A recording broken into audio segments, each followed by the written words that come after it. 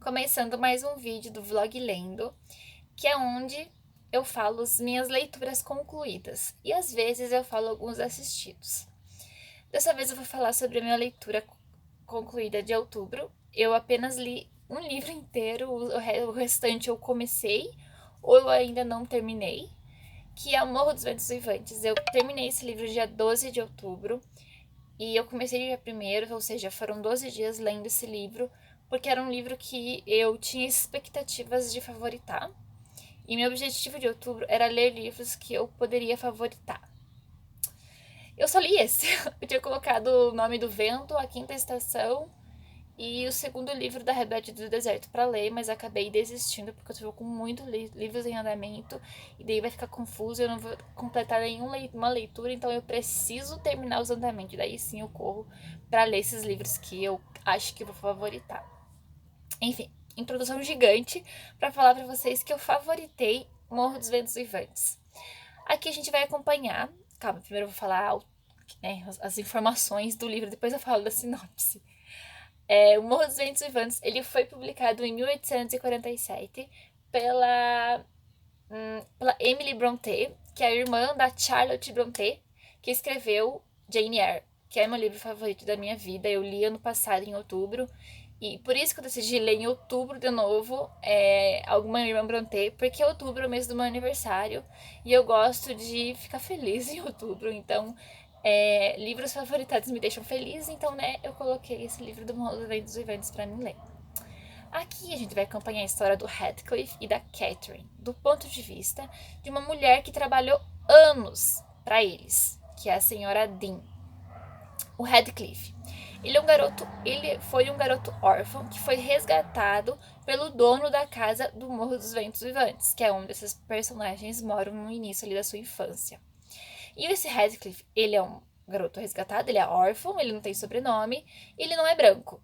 Ou seja, fez com que as pessoas tivessem uma má visão dele, um preconceito por isso.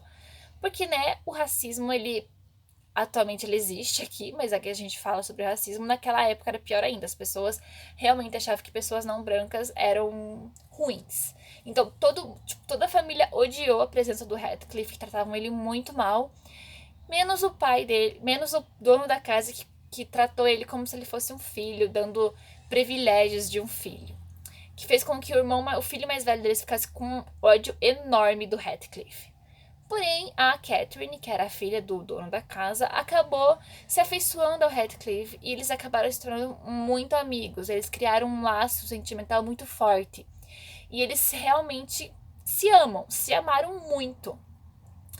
E daí, depois que o dono da casa morre, o filho mais velho, que eu me esqueci o nome dele, enfim, ele é irrelevante também, ele herda a casa. E, pra se vingar, não sei do que, porque ele tinha ciúmes, da forma como o pai dele tratava o Heathcliff, ele transformou o Heathcliff em um criado e tirou todos os privilégios que o Heathcliff tinha quando o homem era vivo, Ele estudava, ele tava, pra se tornar um bom homem, e daí ele tirou todos esses privilégios, ele acabou se tornando um garoto muito bruto. Mas continuou conservando a amizade com a Catherine. Eu acho que a única coisa que mantinha ele naquela casa era a Catherine.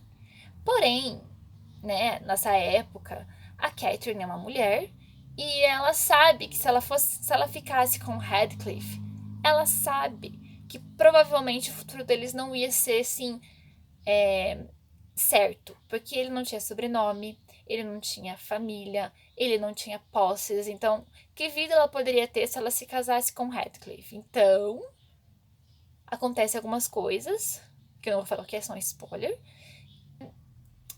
que impedem desse relacionamento deles ir pra frente. E daí a gente vai acompanhar o crescimento desses jovens, do Heathcliff e da Catherine, e as consequências do ato de cada um deles. Eu achei esse livro intenso de se ler, impactante, é cheio de tretas familiares, fofoca, personagens detestáveis, inveja, rancor, vingança, tem tudo. Esse livro tem tudo e por isso, por ele trazer vários sentimentos conflitantes para mim, fez com que eu amasse tanto esse livro e favoritasse. Ele não superou Jane Eyre, tá? Só pra deixar claro. Jane Eyre ainda é meu livro favorito, mas Morro dos Ventos Vivantes também se tornou favorito. Porém, até agora eu prefiro Jane Eyre, daí o Morro dos Ventos Vivantes. E eu pretendo também ler os outros livros das Irmãs Brontë. Inclusive, eu falei sobre isso lá no meu canal de 30 livros antes dos 30. Então, se você está vendo esse vídeo e quer ver esse vídeo, vou deixar linkado aqui no card. Deixa eu ver aqui. Apesar dos personagens serem detestáveis, eu acabei gostando muito da Catherine. Mas eu consigo entender porque que as pessoas odeiam a Catherine. Mas eu gosto muito dela, porque, tipo assim, eu admirei muito a Catherine. Assim, eu geralmente consigo gostar rapidamente de personagens femininas. Ainda mais personagens femininas escritas por mulheres em 1847, por exemplo. E aqui a Catherine, ela não é perfeita. Ela não demonstra o estereótipo da mulher dessa época. Ela não é uma dama delicada, ingênua. Ela é uma mulher forte, com personalidade forte. Ela é manipuladora e eu gosto muito disso nela, porque pensa, a Catherine, ela era a única mulher vivendo num monte de lugar que tinha só homem. E ela conseguiu se impor nesse lugar, sabe? Ela conseguiu dar sua voz e fazer com que os homens eles superestimassem ela e não a subestimassem, sabe? Porque eles tinham medo da Catherine, porque ela impunha medo, sabe? E por isso que eu admiro, sabe, a Catherine. E por isso que eu queria muito que a Emily Brontë tivesse tempo de escrever mais livros, porque eu sinto que ia vir muita história boa dela. Infelizmente, né, as irmãs Brontë, elas têm uma história muito triste, né? Elas todas morreram jovens. A que mais viveu por mais tempo foi a Charlotte. E mesmo assim foi triste, porque ela morreu grávida, né? Então, ai, é muito triste a história das irmãs Brontë. E mesmo assim, elas escreveram livros incríveis, gente. Eu admiro muito essas mulheres, muito mesmo. Então, é um livro que eu favoritei muito e eu pretendo comprar ele físico. Eu li com a edição do Kindle Unlimited, nessa edição que eu vou deixar aqui marcado pra vocês. Não diria que é a melhor edição, tá? Porque tem algumas coisas que eu não consegui entender. Eu tive que reler várias vezes o primeiro capítulo para poder me acostumar com a escrita e com a ambientação da história. Mas das outras edições que tinham no Kindle Unlimited, foi essa que eu mais gostei de ler. Ela é uma edição bilíngue, se vocês quiserem ler em inglês também. E é isso, tá, gente? Ah, e uma coisa que é um comentário meio impopular. É que a senhora que narra essa história, né? A gente vai saber a história do Heathcliff e da Catherine do ponto de vista dessa senhora que narra, que trabalhou para eles. E a gente percebe que a narrativa da senhora Dean, ela é muito imparcial. Ela não gosta do Heathcliff e nem da Catherine. Então ela fala... Tudo que ela fala é criticando os dois. Ou seja, eu não acho que ela seja uma narradora confiável, tá? Porque às vezes ela espera, por exemplo, achava assim, calma, deixa eu raciocinar. Porque ela presumia um comportamento da Catherine, por exemplo, a Catherine estava doente. E ela, na cabeça da Miss Dean, ela estava fingindo que estava doente. Na verdade, ela não se preocupou em pesquisar pra ver se ela realmente estava doente. Isso não era um fingimento, sabe? Tipo, ela tinha um preconceito dos personagens e ela, tipo, adivinhava suas atitudes pelo que ela achava e às vezes, sabe? Não. E ela passou muito pano pros outros personagens da história, né? Porque vai ter outros personagens, tá, gente? Não é só a Catherine e o Heathcliff. Tem as pessoas da vida do Catherine e do Heathcliff. Tem os vizinhos, que são os Linton. E essa mulher, ela passa muito pano pra eles. Eles tiveram atitudes questionáveis quando criança. Inclusive, a senhora Dean também teve. Continua tendo. E eu não gosto da senhora Dean. Não gosto. Todo mundo gente ama ela. Eu não gosto dela. E eu ainda não li o livro. Eu ainda não assisti o filme de Morro dos Ventos Vivantes, tá? Tem um filme na Amazon Prime. Só que infelizmente é um filme dublado e eu não tenho fone, então eu pretendo um dia comprar um fone e assistir, quem sabe, pela Amazon Prime, porque eu ainda não achei, na verdade eu nem pesquisei Morro dos Ventos Vivantes legendado pra ver se tem online. Porque infelizmente tem mais um negócio, né, pra falar de Morro dos Ventos Vivantes. Eu fui pesquisar fanarts e os atores mesmo que fizeram os filmes pra poder imaginar os personagens. E o Heathcliff, ele é branco em quase todas. E assim, a Emily Brontë, ela ressalta no começo que ele não é branco. Inclusive, ele sofre muito preconceito porque ele não era branco. Não dá pra saber qual que é a etnia certa do Radcliffe, né? Mas ele não é branco. Ou seja, o erro já tá aí, as pessoas colocarem o Radcliffe como um homem branco, né? Eu achei um embranquecimento por parte das pessoas. E o filme que tem na Amazon Prime é com um Radcliffe negro. Então, talvez eu pretenda assistir esse filme antes dos outros. Eu não sei, gente, porque eu tenho muita preguiça dele assistir filme. Eu não sei porquê. É um negócio mais curto e eu tenho preguiça. Enfim. Eu espero voltar aqui pra esse vídeo de novo em novembro, né? Pra mim poder falar das minhas leituras em novembro. Porque se eu continuar assim, gente, vai ser triste. Porque eu quero ler tanto livro que eu acabo não lendo nada. Pra vocês terem uma ideia, eu tenho 8 livros em andamento. Eu comecei a ler 8 livros. Isso é meio problemático, né? Enfim, até o próximo take. Dia 5 de novembro, eu concluí Os Braceletes da Perdição. O terceiro, e até então o último livro da trilogia Mistborn Segunda Era, publicado aqui no Brasil. O Brandon Sanderson já confirmou o lançamento do quarto livro ano que vem lá fora. Porém, aqui no Brasil nós sabemos a situação que está o Brandon Sanderson e Mistborn, então não tem previsão nenhuma de se um dia vai voltar a ser publicado aqui no Brasil, se vai ter reimpressão, não tem nada.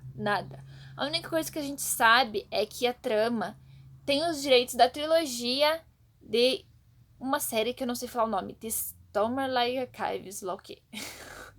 Enfim, eles têm os direitos da trilogia aí, da série recente que o Brandon Sanderson está publicando lá fora, que é muito famosa, que o primeiro livro é The Way of Kings, eu acho. Enfim, só essa coisa que a gente tem confirmado de Brandon Sanderson aqui no Brasil.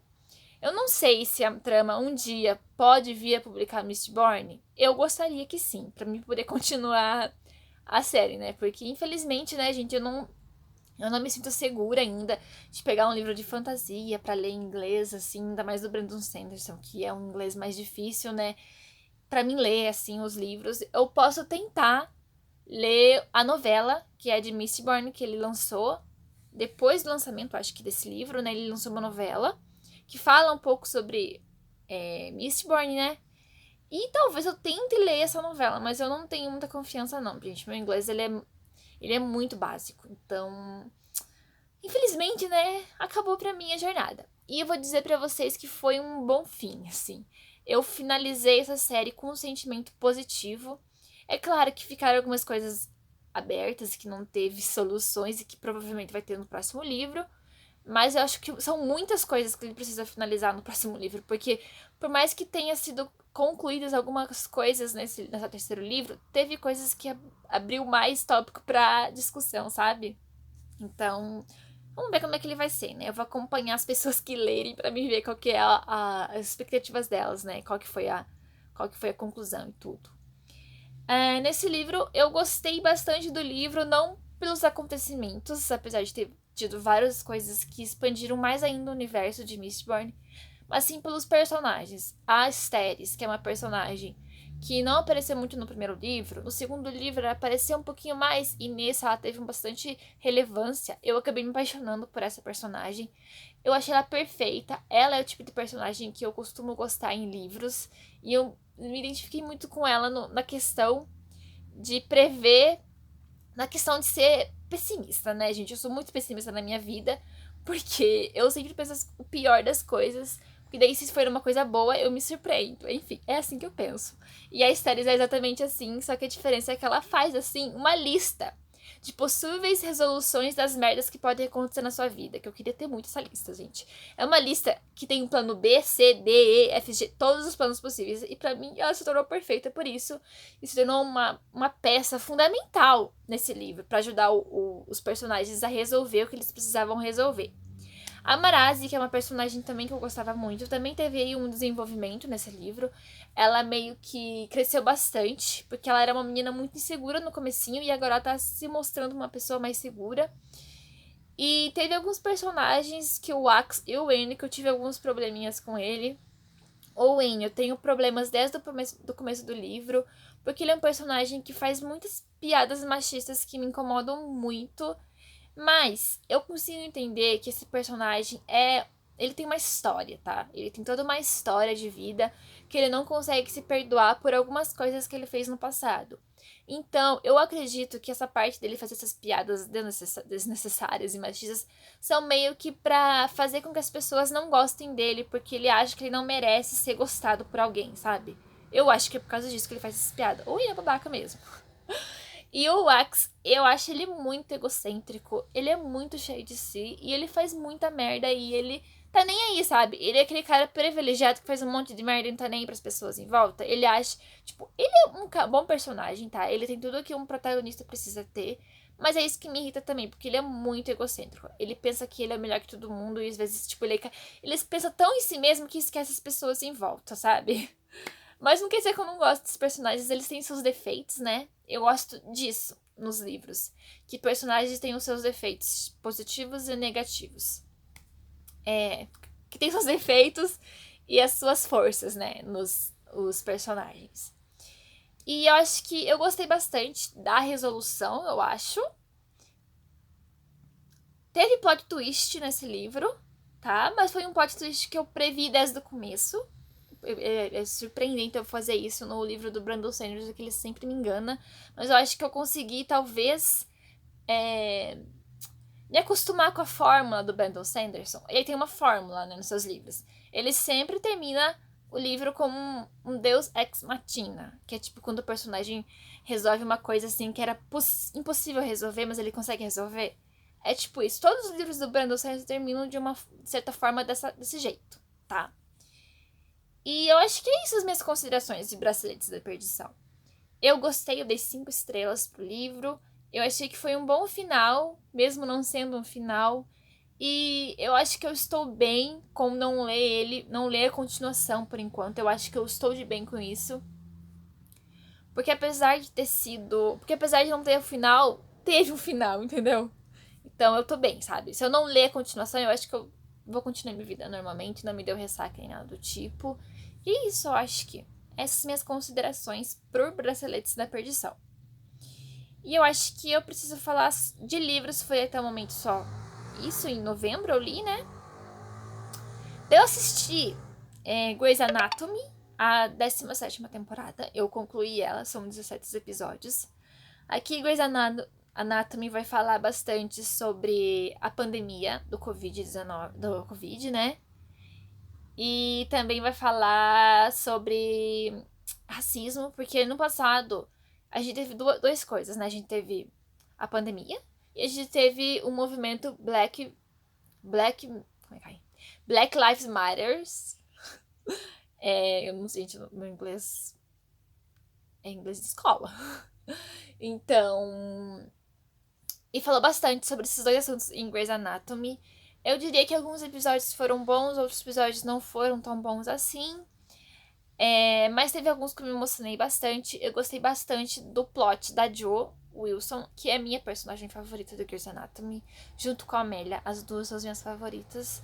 Eu tô um pouco preocupada com a Amélia, porque a gente sabe a história da Amélia, né, na série. E eu tô com medo do que vai acontecer com ela nessa temporada, porque ela com o Link, pra mim, era perfeito os dois juntos. Só que eu consigo entender os pensamentos da Amélia no final da temporada ali, em relação ao Link, em relação à vida dela. Eu consigo entender ela porque ela tem toda uma carga, né? Ela tem toda uma história. Então, tô com muito medo do que vai acontecer com ela nessa próxima temporada. Eu gostei bastante dos personagens que apareceram nessa temporada, que tinham saído da série já, né? Vários personagens apareceram nessa série. Ela tem muito gostinho de ser a última temporada, por incrível que pareça, não foi. E eu gostei, gente, eu surtei quando apareceu uma personagem em questão lá, sabe? Que era a minha favorita até ela sair da série. Ela saiu lá na 8ª temporada, você sabe de quem tô falando, né? Você sabe. Não vou dar spoiler, né? Pra, sei lá, vai que as pessoas não gostam de spoilers de Grey's Anatomy. E eu tô muito ansiosa pra ver como é que vai ser a Jo agora, com essa nova etapa da vida dela, que eu surtei.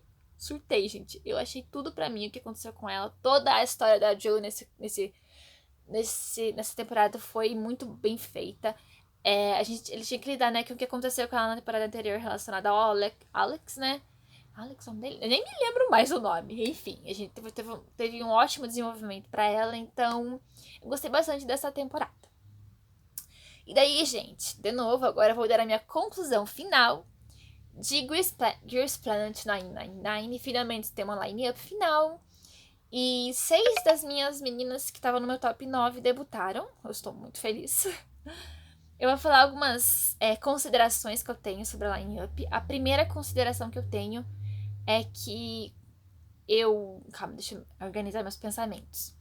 Eu fiquei um pouquinho triste e decepcionada com toda a situação das chinesas no reality inteiro.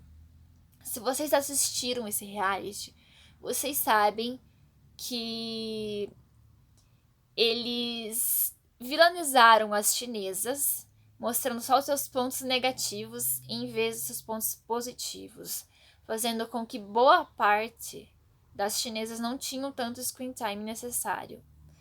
E infelizmente isso acabou influenciando a line-up final, né? A gente já tem uma chinesa e eu achei um absurdo que ela ficou em último lugar, mas fez sentido, porque depois da mudança do método de votação, que em vez de ser uma de cada nacionalidade, ser uma, as pessoas optaram por colocar as coreanas porque sim, gente. A grande maioria das pessoas tinham como primeira opção uma coreana. Inclusive, a minha primeira era uma coreana. Eu continuei votando nas minhas faves e tal. Eu continuei votando tanto na Chaehyun, na Chaotin, na Yurina. Infelizmente, a Yurina acabou não debutando. Eu fiquei muito triste, porque ela sempre foi top 9, ela já foi em primeiro lugar. Mas fez sentido, porque ela vinha descendo desde o comecinho as posições. E infelizmente ela não debutou, né? Era a última oportunidade dela para debutar, segundo, né, o programa. Eu espero que ela consiga debutar futuramente. Eu só espero coisas boas da Yurina, porque ela ganhou bastante reconhecimento nesse reality. E outra coisa em questão que eu preciso apontar pra vocês é um plot twist que teve no final, né? Barrier em segundo lugar, dando na cara da Minette, que não mostrava a garota. Se vocês não acompanharam esse reality só por cima, assim, a Ronin Barrier, ela começou esse programa, talvez as pessoas começaram a assistir por causa que ela é irmã do Kai, do TXT. E eu comecei a assistir o programa por causa dela, assim, devo admitir. Mas no decorrer do programa, a gente percebeu que a Barrier, ela é uma menina muito carismática, ela é muito talentosa, ela é muito esforçada.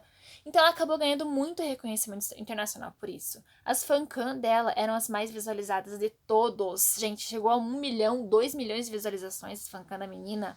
E daí, o que a gente sentia falta no programa? Não tinha screen time, ela não aparecia no programa, não aparecia nada ela comentando, não aparecia os jurados falando como ela foi bem, e ela teve toda uma evolução boa, tipo, ela tinha uma narrativa perfeita pro programa.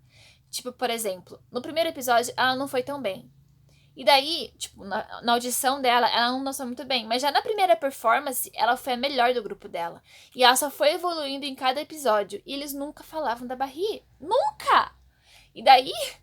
No final, ela quase debutou em primeiro.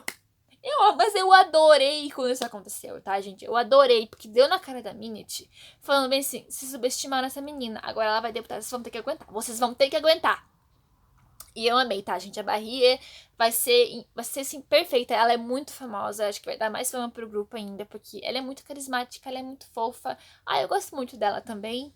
E é isso, tá, gente? A minha opinião final sobre a line-up é que eu gostei muito e que eu provavelmente sim vou acompanhar o Kepler, vou estanear essas meninas porque elas merecem muito.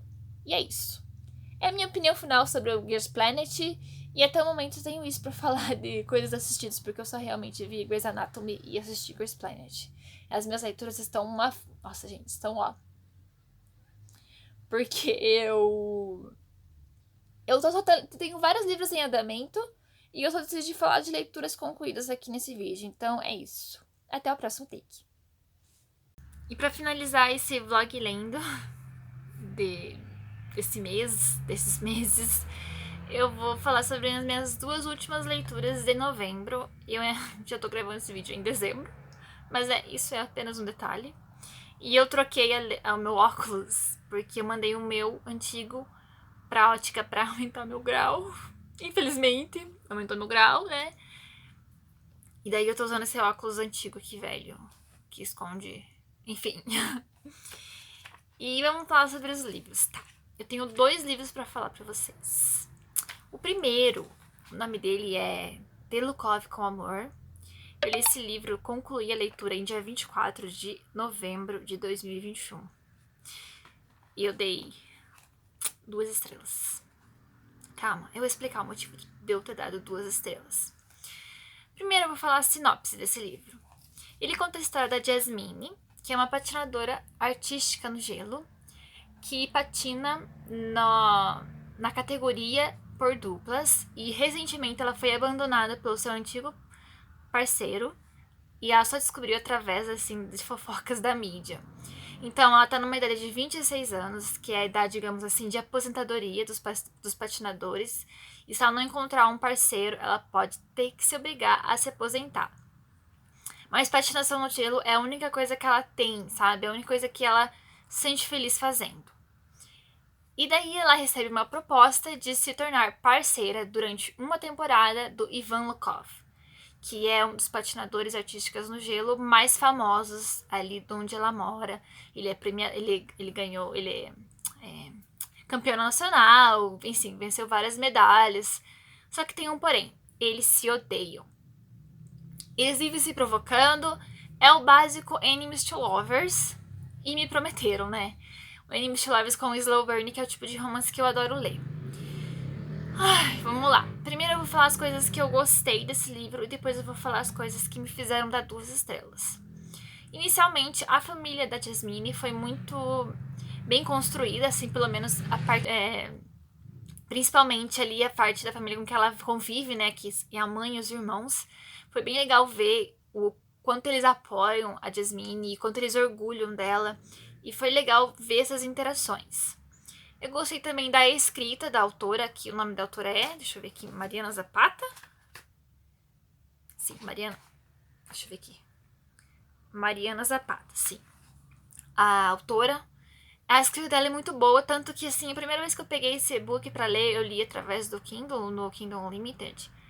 Eu li, assim, tipo, 100 páginas. Na primeira vez, sabe? Que eu peguei pra ler. Então, ela tem uma escrita muito gostosa e é muito bem escrita. Gostei. E outra coisa que eu gostei é do epílogo. Mas eu não posso falar sobre ele, porque senão é spoiler, né? Então, essas foram as únicas coisas que eu gostei. Agora vamos para as coisas que eu não gostei. Primeiramente, temos vários momentos gordofóbicos nesse livro, porque a forma de provocação que o personagem acha de provocar a Jasmine é falar do peso dela. E vários momentos a Jasmine fala que, se eu engordar, eu tenho maneiras para emagrecer. E assim, gente, eu sou nutricionista e eu li alguns artigos que falam sobre a presença de transtornos alimentares em algumas profissões, como por exemplo, de bailarina, patinação no gelo, educador físico, artistas no geral, e o quanto o padrão alimentar, o quanto o peso corporal, ele é exigente nessa época. E eu pensei que esse livro poderia trazer algumas discussões falando sobre isso, porque, né, o cara faz piada com o peso dela. Então eu pensei que provavelmente ia ser trabalhado mais pra frente, falar alguma coisa sobre a cobrança no padrão ali de beleza dessa área, só que é apenas jogado, assim, e não é trabalhado mais pra frente. Eu achei problemática essas falas, tá? Mas isso é mais um problema pessoal meu, porque eu não consigo lidar com peso de personagens ser utilizado como alívio cômico, sabe? Odeio. Odeio com todas as minhas forças isso. Então isso já fez com que eu me incomodasse um pouco com a escrita. Segunda coisa. Esse é mais um spoiler bem específico e eu vou tentar não falar sobre ele. Mas lá em 60% do livro, a Jasmine ela se depara com uma situação que é muito tensa. Que várias mulheres passam por essa situação. Principalmente mulheres públicas. E daí, por algum motivo, ela decide... Não, calma aí. E daí, ela não consegue verbalizar esse problema, porque é difícil, né? Uma mulher verbalizar o que tá acontecendo com ela, e ela esconde.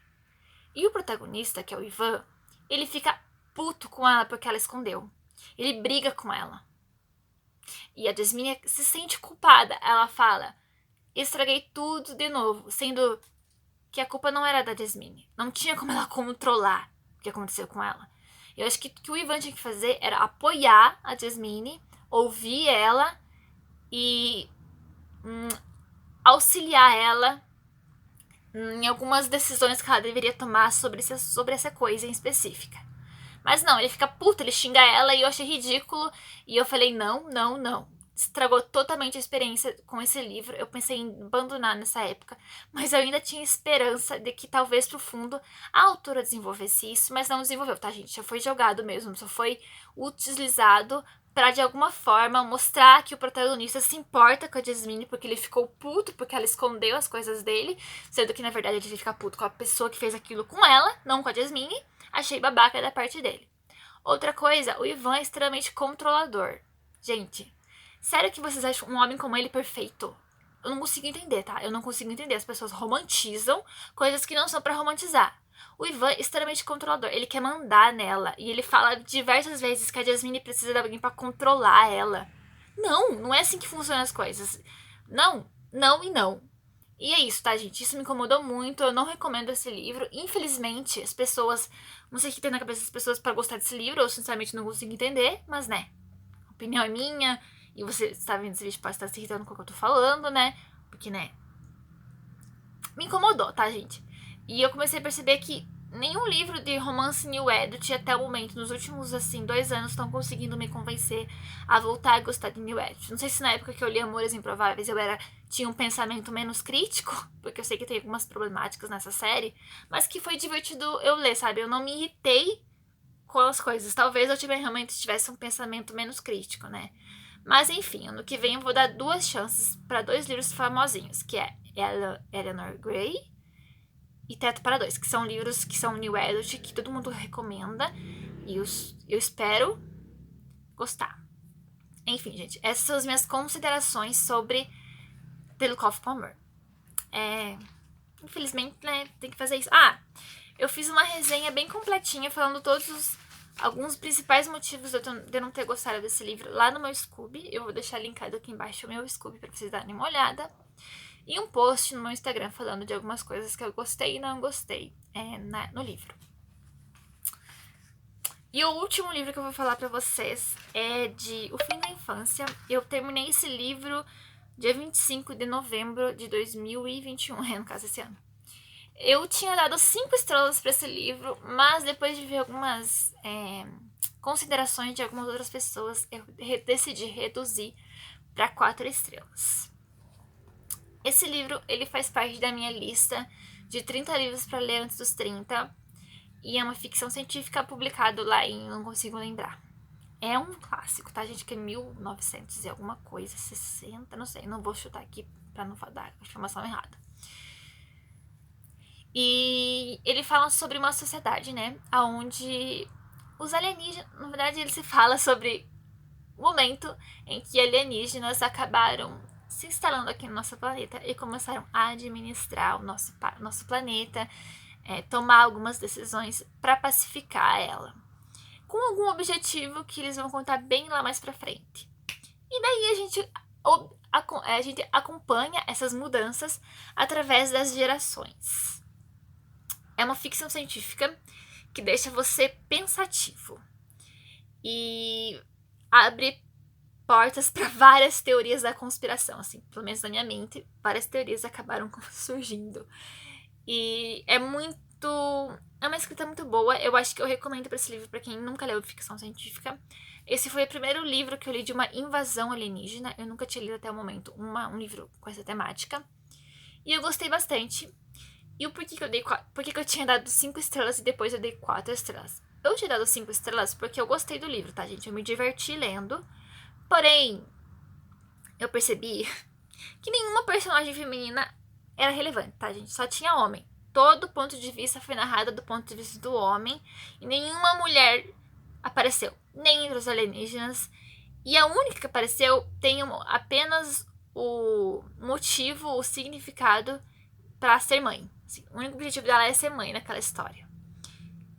E eu percebi que eu deveria me incomodar com essas coisas, tá? E daí eu comecei a pensar assim, realmente, ele não merece 5 estrelas, porque talvez porque Se, né, os alienígenas eles conseguiram evoluir tanto o planeta Terra, né, que deixou ele pacífico e um mundo utópico, por que as mulheres não tinham mais voz, entre aspas, né? Porque, por exemplo, uma das gerações, a mulher ali só serve pra ser noiva de alguém. Em nenhum momento ela tá fazendo alguma coisa de útil pra sociedade. É sempre homens. Sempre homens. E é uma coisa que você tem que pensar, né? Eu sei que é um livro publicado lá anos atrás, mas se ele pensasse, se o autor que está escrevendo pensasse em um mundo utópico, tipo, se eu pensasse em um mundo utópico, eu pensaria em um mundo sem machismo. E tinha alguns personagens ainda machistas na história. E, tipo, o racismo, ele, entre aspas, tá? Bem entre aspas, tinha acabado nesse mundo utópico. Então, por que o machismo ainda existia ali? Essa reflexão que eu acabei tendo depois de ver alguns vídeos de algumas pessoas resenhando esse livro. E foram as minhas leituras, tá, gente? Eu li em torno de 4 livros nesses 2 meses. O meu rendimento realmente foi bastante falho desse mês. Eu acho que eu li menos. Mas eu não tô tão triste assim, apesar de estar um pouco decepcionada. Talvez um pouco decepcionada. Dezembro agora eu preciso terminar vários livros que eu ainda não terminei. Já estamos aí dia 10 de dezembro e eu ainda não terminei nada. Mas eu pretendo concluir Corrente de Ouro, que é um livro que eu comecei em dezembro do ano passado, e O Conto Mais Escuro da Floresta, que é um livro da Holly Black, que eu estou aproveitando a minha assinatura do Kindle Limited, porque já vai cancelar ela, né? A minha assinatura vai até dia 15. E de assistidos, gente, eu assisti, já começou a série A Roda do Tempo, da Amazon Prime. Uma série que eu tava muito ansiosa pra assistir. Ela é do universo ali dos livros da Roda do Tempo, do Robert Jordan, que foi uma série que eu comecei a ler esse ano. Inclusive, o livro 7º foi lançado. Ele faz parte aí da minha TBR de janeiro do ano que vem. E eu tô amando a série, tá sendo uma ótima adaptação. É claro, tem algumas mudanças, mas eu acho que são mudanças para o bem. Algumas coisas eu não gostei, entre aspas. Na verdade, eu tô mais preocupada com o que vai acontecer agora nessa reta final, porque até agora foram lançados 6 episódios. Mas no mais, eu estou adorando tudo. Os personagens, eles têm mais profundidade do que nos livros, porque nos livros apenas o protagonista tem profundidade. Já aqui, os outros personagens estão aparecendo mais. E eu tô gostando bastante, viu? E eu acho que é só isso que eu venho assistindo aí no mês. Eu realmente não tô fazendo nada de útil. Só jogando The Sims. Enfim. Se você gostou desse vídeo, não deixa de curtir. Compartilhar se você achar que merece ser compartilhado. Curta. Já falei pra curtir, né? Se inscreva aqui no canal.